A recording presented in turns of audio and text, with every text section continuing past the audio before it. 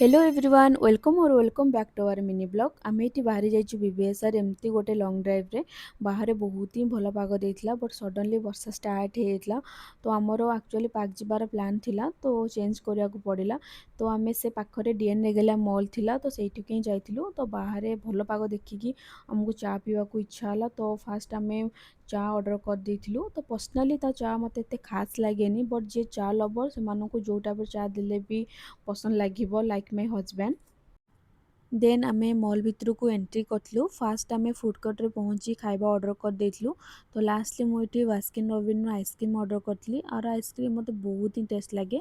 तो मो हजबैंड ने मते सेटा ताना मारले एते अनहेल्दी खाइला पर भी मु आइसक्रीम खाऊची बट आइसक्रीम को कि छाड़ी पारियो मु तो न। तापर आमे लागी पड़थिलु सब शॉपिंग रे तो शॉपिंग करया टाइम रे मो वीडियो नवा भूली ही जाइतली। देन सेठी बिलिंग करथिले तो बहुत सारा शॉपिंग करि देइतली बोली ସେଇଠି ମୋତେ ସେଇଟା ହିଁ କହୁଥିଲେ କି ପଇସା ସବୁ ସରିଗଲା ବୋଲି। देन आम ये मॉल रू बाहरी जाइलु डिनर टाइम हो जाइला तो त्रिशुठी गेम खेलुला ता भितर ही आम रेस्टोरेंट चूज करूँ।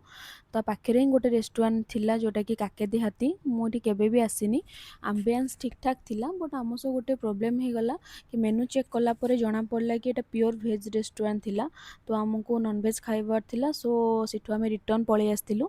तो लास्ट को आम एमिरेट्स रे जाके पहुँचलु तो जोटा कि सिम्फनी मॉल ऊपर ही अच्छी आर आम्बियंस तो देखिकी ही जानीपे बहुत ही भल थिला।